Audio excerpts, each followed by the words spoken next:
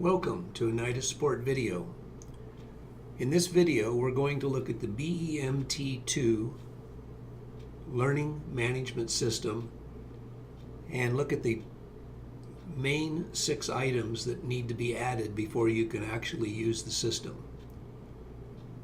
The first thing we'll need to do is select Sign In the upper right hand corner. The staff announcement will appear. It can be changed daily, so we'll close that for now. I'm going to sign in with the default password, which is system, and change me now as the password.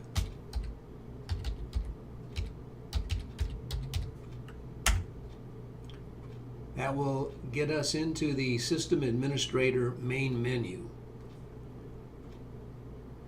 The first thing we're going to need to add is a user. So we pick the user. We then we click with the left click arrow. One of the options is add a user. We need to give the user an ID. This will be used when they log in. So we'll make it simple. We'll just put 6 number 1. So 1, 2, 3, 4, 5, 6. That'll be our user ID. We don't need to fill in any of the PKI information at this time. We'll call this person John Doe. No middle initial needed. And just to keep it easy and to remember, we'll make this one 1, 2, 3, 4, 5, 6.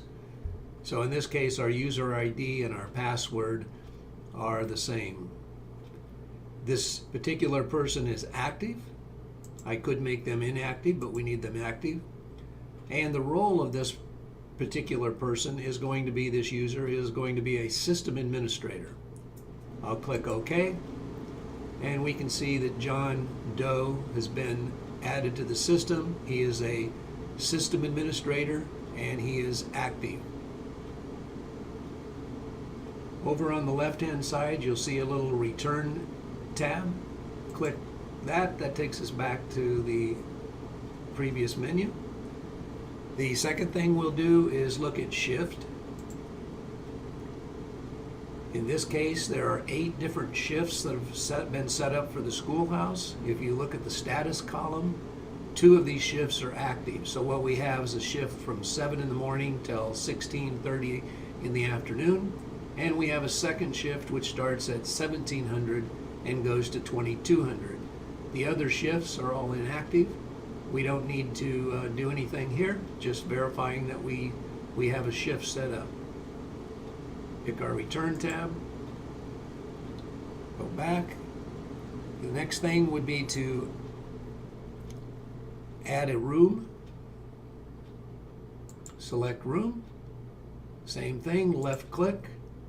Pick the option to add a room, and we'll just call this room 300, and we can tell it where the location is. In this case, we'll just say, we'll call it local. This is a normal room. We want the room to be active. We can identify how many students would be in the room. I'll change it to 20. And we identify how many facilitators we'll need. In this case, 1 will be fine. And we need to identify which shift this room is going to be on. So we're going to make it shift 1, and it's active. At that point, we've got it done. And we now have actually 2 rooms. We have the original room that was here, sample, and we have the room we just now created. All right, pick your Return tab, go back a level. Now we'll add a facilitator.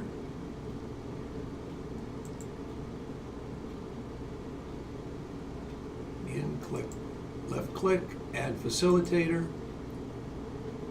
Facilitator ID, just again to keep it simple, we'll add all 2s, 1, 2, 3, 4, 5, 6. Don't need the PKI information. I can put a rank here if this is a staff sergeant. I'll put a first name. This will be Jane, last name Smith.